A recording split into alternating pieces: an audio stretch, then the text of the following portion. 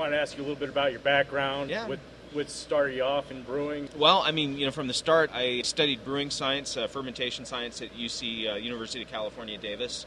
So I graduated with a fermentation science degree, and I kind of fell into that when I was there. Like a lot of people, that school's got a very strong bioscience program, and a lot of people go there that, look forward to becoming a veterinarian or a doctor or something. And I realized pretty early on that wasn't my path, but fell into a winemaking class out there. It was an intro class, and just fell in love with the whole idea of fermentation. And so I started gravitating towards that and kind of evolved into the brewing science curriculum.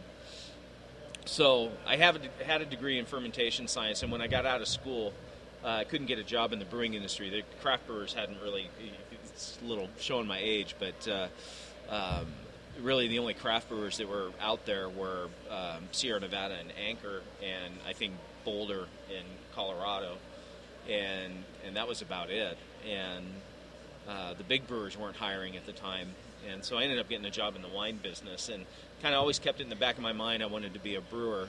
And about 4 years into my stint as a winemaker, a guy in the town I was living in, Bill Millar, there's an article about him in the local newspaper about how he was going to be opening up this brew pub. So I just called him up. I looked his number up in the phone book and called him up and said, hey, I saw the article. I'd love to see what you're doing. I've got a brewing science degree, and I'd like to come hang out and try and learn some things. And he ended up hiring me as his brewer, which really wasn't the intent when I walked in the door. But I did it as a second job. I was still working the winery, and I did it as a second job for about 4 years. And he had a pretty big system. It was a 14-barrel system, which was pretty big at the time, but he was only brewing once a week.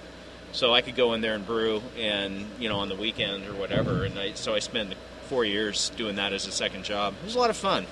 So that was in the late 80s and early 90s. And then I realized that the San Andreas thing where I was, San Andreas Brewing Company, that wasn't going to become a career, at least one that paid well. So I ended up applying to some bigger brewers around and got on with Anheuser-Busch out in Colorado.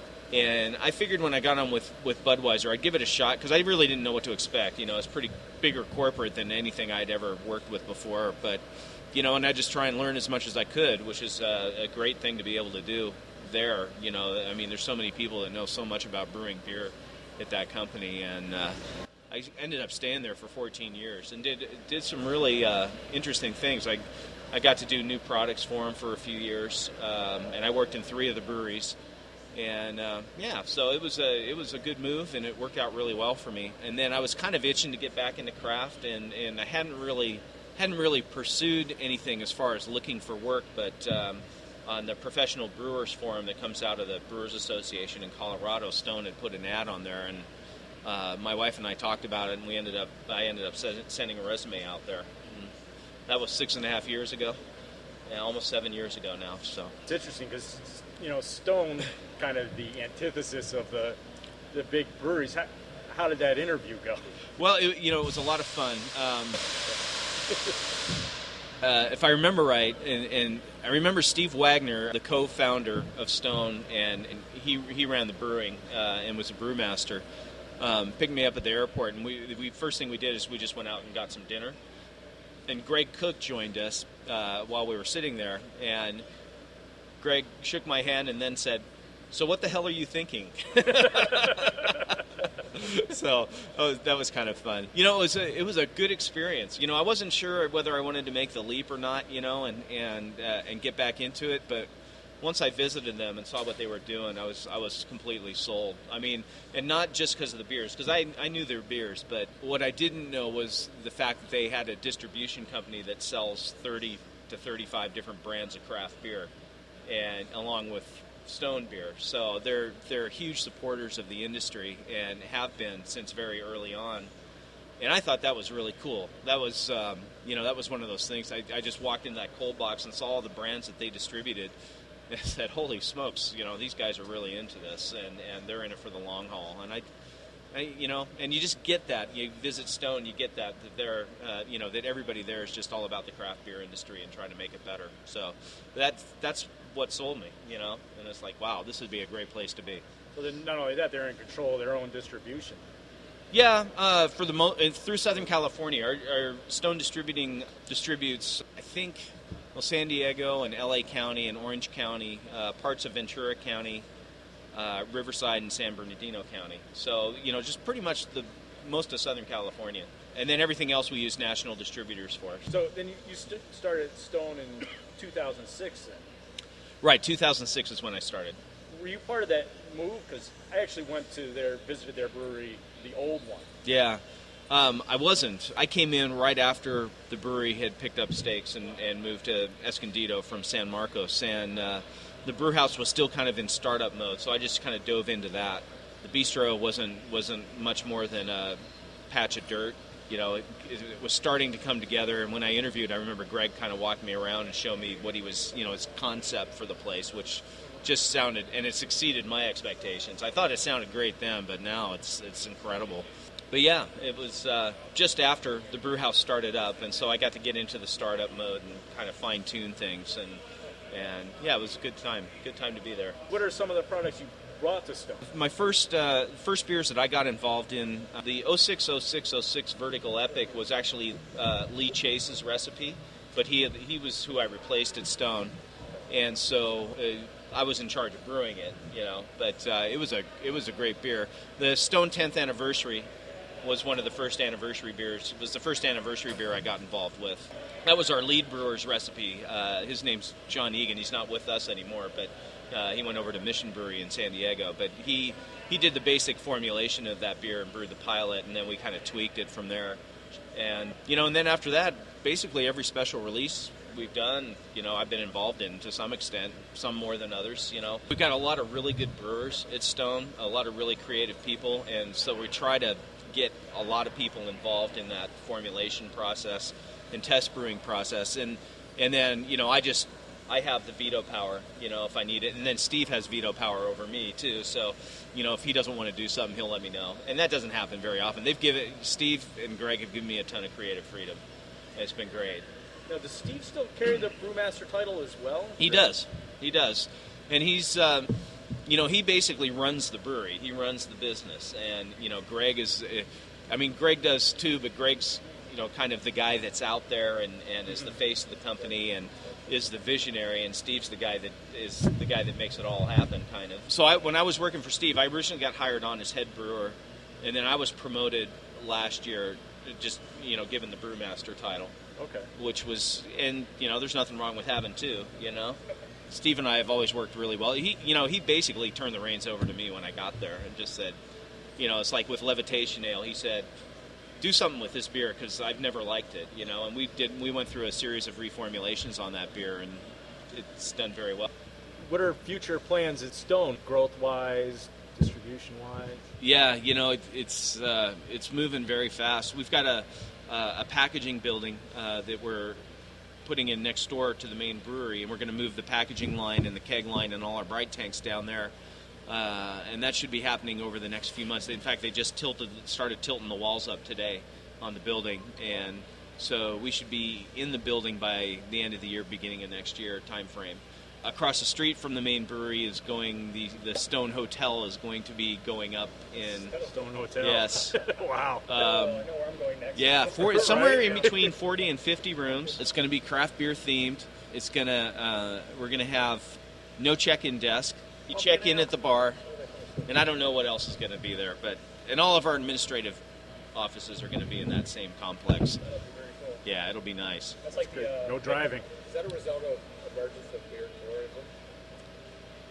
Yeah, I think so. I don't know what Greg and Steve's motivation was to do this. When we heard about it, we thought it was pretty cool, but, it was like, I don't know what spurred the idea, I really don't. There aren't very many hotels near us in Escondido, I know that. And a large hospital just went up next door to us, so, there's going to be some cross business there, but we'll see. So do you have a lot of land there for expansion? Well, we bought 2 lots a couple years ago. So we're in an industrial park, and there's some vacant lots still. They're still filling it up. So we were able to get a good price on them and secure them, and so do 175,000 or so. So and there are going to be periods where we bump up against that 250,000 barrel ceiling. We decided to go ahead with the expansion, and so that's what's going on. So.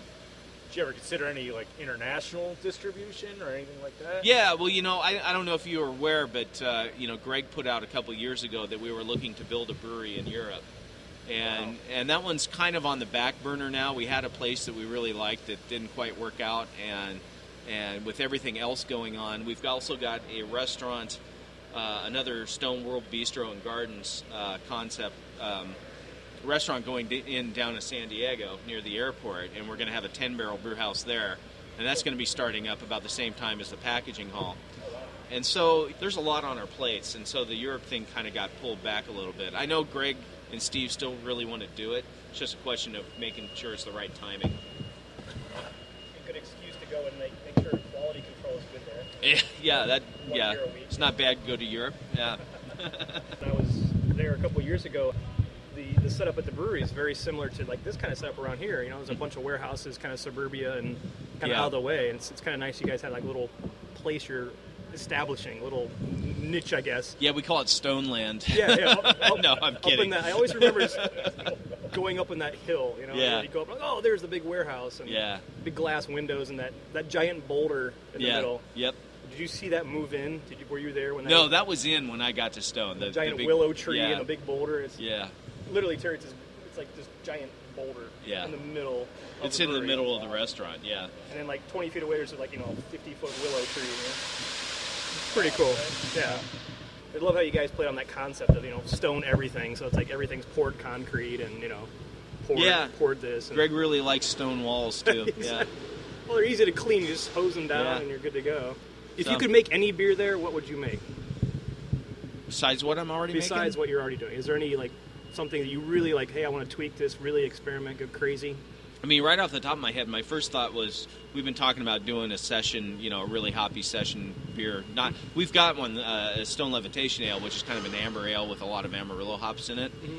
But we've been talking about doing a golden, like a session IPA or something along those lines, and would really like to do something with that. At some point, I think we'd like to start looking at doing some sour beers. Sours? Yeah. We just don't have the place to do it right now. And we're not adventurous enough to try and bring in Brettanomyces or bacteria into the main brewery. I just, with 70 people running around that brewery, trying to have control over that kind of a situation where there's no cross-contamination, it's not realistic, that we could actually be successful at that. So we've held off on the sour thing, although we'd really like to try it. Do you guys feel you guys kind of were the initiators of people learning about San Diego beer? Because I was surprised from Ohio, going there a couple years ago, how developed the craft beer scene is there. And then I know this year, Firestone and Pizza Port again.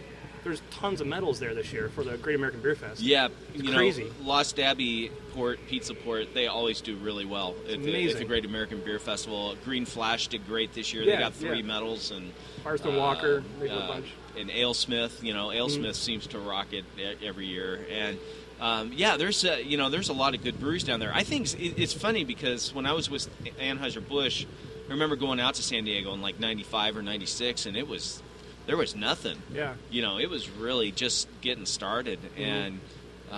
And then, Stone opened up.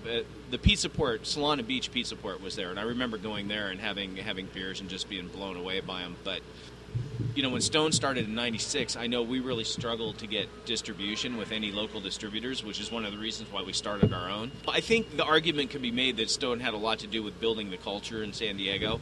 When it happened, mm-hmm. It would have come eventually because it's a cool place, and right. And it would have been there. It would have hit hard eventually. But I do think Stone had a lot to do with it. It's just funny. Like in Ohio, I hadn't been to San Diego ever until a couple years ago, and knew about Stone. Yeah.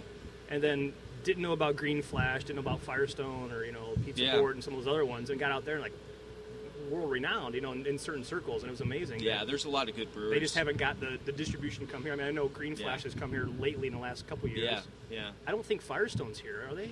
I'm not sure if a Firestone comes sure. to Ohio or not. It's amazing though that many in that little area, that many breweries are world renowned. Oh, and there's so many breweries that are opening up there now. Yeah. I mean, just at where I live, 60 miles north of San Diego, there are, 2 years ago there was one brewery in town. Actually, a year ago there was one brewery in town, and Yeah. I think there are going to be 8 Oh my God, operating breweries by the end of the year. that's crazy. It's nuts, yeah, and that's happening all throughout San Diego. I mean, and and breweries are expanding. You've got some breweries that started out as small nano breweries, or very small barrel aged breweries. They now are putting in 35 barrel systems and growing, and it's really neat. It's really great to see.